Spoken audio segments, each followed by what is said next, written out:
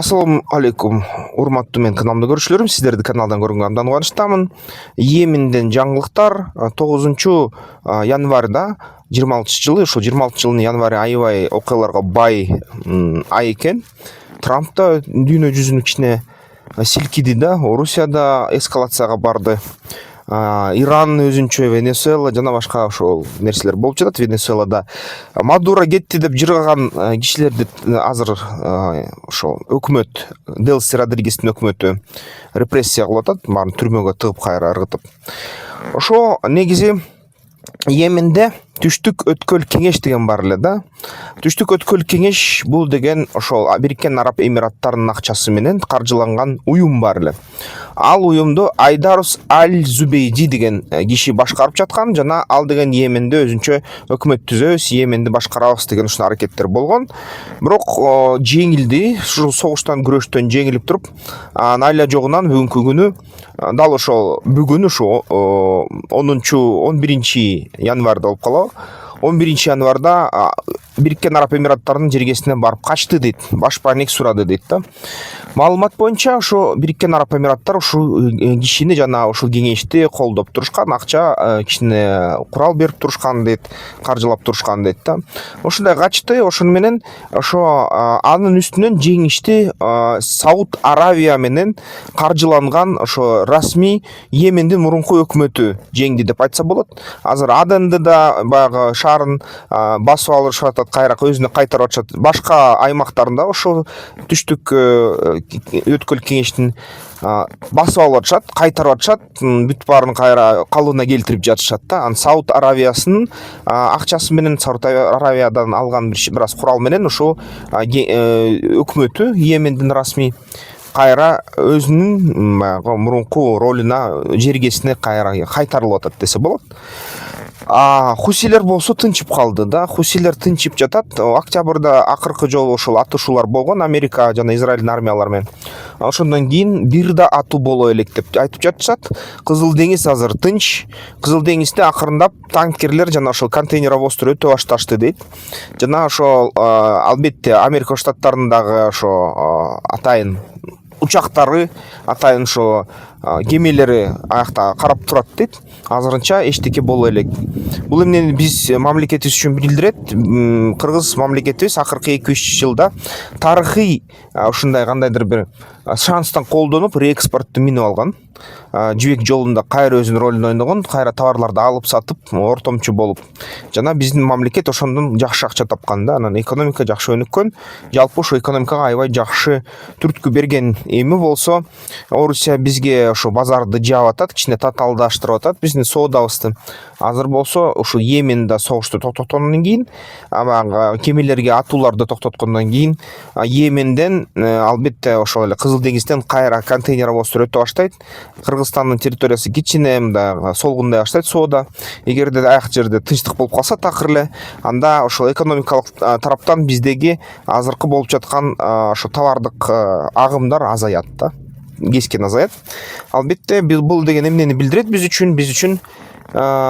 Ушул жылы экономикалык кичине солгундоого даяр болушубуз керек, жана башка ошо бизнес тараптарын карашыбыз керек да, ишкерлер катары. Эми мамлекеттин маселеси өзгөчө да, мамлекеттик жанакы эмелерди курат да, долбоорлорду каржылайт, алтын менен иштейт, алтындын баасы өсүп атат. Бирок биз жөнөкөй тынч жарандар баягы өзүбүздүн жеке акчаны табыш үчүн башка бизнестин ошо жолдорун карашыбыз керек. Албетте ойлонушубуз керек да, кайсы тарапка кандай иш менен алек болобуз. Анын эң чоң сунуш бул деген албетте маалыматтык экономиканы миңишибиз керек. Ошо маалыматтык экономиканы миңген бизде креативдик экономиканын өкүлдөрү бар. Ошолордун жумушуна көңүл бурушубуз керек. Ошо тарапта кандайдыр бир ийгилик жаратыш керек болуп жатат. Албетте анан энергетикага дагы көңүл буруш керек болот да бизге. Ошондой туугандар, андан сырткары товарларды да жасаш керек, дүйнөгө керектүү өндүрүштү өндүрүп туруп, ошо экспортту күчөтүш керек. Бирок түшүнүш керек, ошо жок товарларды жасаш керек да, керек бирок жок. Анткени башка бар товарлар ошо азыр ошо кайра контейнер авостуруу менен Европа тарапка, башка дүйнө тарапка кетип баштайт. Анан биз аркылуу кеткен карголор, баягы фуралар кичине азаят да. Шуну түшүнүш керек, так түшүнүш керек.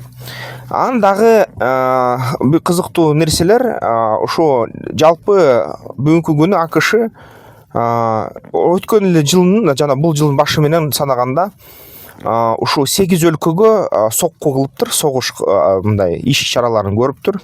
Мисалы үчүн Нигерияда христиандарды сойгон ушундай Боко Харам деген же Батыш Арам деген ушундай кыймыл бар эле, мусулманчылык кыймыл Нигерияда.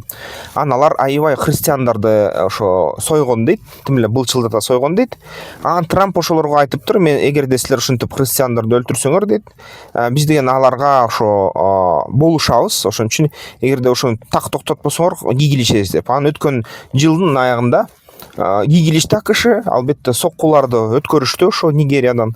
Анан албетте атайын операцияларды да өткөрүштү да. Ушинтип АКШ акыркы ошо жылда жана ушул жылдын башында 8 мамлекеттин ичинде атайын аскердик операцияларды өткөрдү деп эсептесе болот да. АКШ кайра баягы бир полярдуу дүйнөнү түзүп жатат окшойт, көп полярдуу дүйнөдөн баш тартып, анан бүгүнкү күнү ошо чыңалуу өсүүдө да. Мисалы үчүн дагы бир кызыктуу нерсе мага жаңылыктардан аябай жакты, өз издеп тапсаңар болот. Тайвандын тегерегинде Кытай аябай чоң баягы машыгууларды өткөрдү. Өткөндө ноябрда баштаган, негизи аябай катуусу ошо декабрда болгон өткөн жылдын. Ошол кезде көп учактар көтөрүлгөн асманга, кемелер куурчаган Тайваньды. Анан бир ошо тикеме-тике учкан эки ушундай кыргыч учак учуптур, бирөөсү Тайваньдыкы, бирөөсү Кытайдыкы. Анан бири-бири менен сүйлөшүшүптүр, бири-бири менен тим эле кадимкидей ошо чаташып, мындай ашатып урушушуптур да, радио эфирден байланышып туруп. Анан тайвандык киши айтат, ассаламу алейкум, кытайчасын айтат да, нихао дейт, сен эме кул дейт, компартиянын кулу десе, берки Кытайдын летчиги жооп берет, сен деген унчукпа, сен ит депчи, иттин баласы, биз силерди баарын кырабыз деп. Анан кул, сен сага ушул текстти эме ошо Кытай компартия лидери жазып бердиби десе, тиги кыйкырат, силер кичинекей картада көрүнбөгөн Тайваньсыңар, сен иттин баласы Тайвань деп. Анан кечке ушундай эле Кытай иттин баласы деп эле урушуп атыптыр Тайвандыкты, Тайвандык болсо баягы сен кулсуң деп эле урушуп атыптыр да. Ушундай кызыктуу нерсе болду. Анан бир гана нерсе жакшы болгону бул деген эч ким бири-бирин аткан жок да эчтеке менен. Ошол жакшы болуптур да, бирок аябай кооптуу болду. Демек ошо кээ маалыматтар боюнча, геосаясий расписание боюнча ошол Тайваньга Кытайдын кол салуусу 2025 жылы июнь 15-и. Бирок баягы кээ исарепчилердин айтуусу боюнча ушул 26-жылда эле болуп кетиши ыктымал дейт. Болуп кетиши ыктымал. Анан ошондуктан туугандар азыр ушундай санарип экономиканы өздөштүрүш керек. Дүйнөдө стабилдүүлүк жок, үйрөнүш керек, эле жок. Үйрөнүп туруп баягы акырындан дам татып көрүш керек да. Ошол эле биржалар менен иштөө, ошол эле мисалы үчүн информациялык экономика, санариптик тейлөөлөр, ошол эле мисалы үчүн баягы дата центрлерди куруу. Кыргызстанда мисалы үчүн дата центрди курса бул абдан мындай жакшы акчаны алып келчүдөй да. Анткени жасалма интеллектке ошо мисалы үчүн эсептөөчү күчтүү кубаттуулуктар жетишпей жатат. Эсептөөчү кубаттуулуктарды жасаш үчүн албетте дата центрлерди тоо арасында куруш керек, ошол суук жерлерде да. Ошондо суук менен муздатса болот аларды, күн батарея менен коштуп. Ошол дата центрлерде анан арендага берсе болот да. Узак кымбат болот башында ошол бизнес, бирок узак убакыттын ичинде аябай стабилдүү акча алып келет да биздин мамлекетке. Анан биз генерациянын мамлекети болгондуктан ошого көңүл бурушубуз керек. Албетте балким дата центрлерди жайнатышыбыз керек да. Дата центрдин эме баягы курган балдардын бизге толтура азыр адистер пайда болду.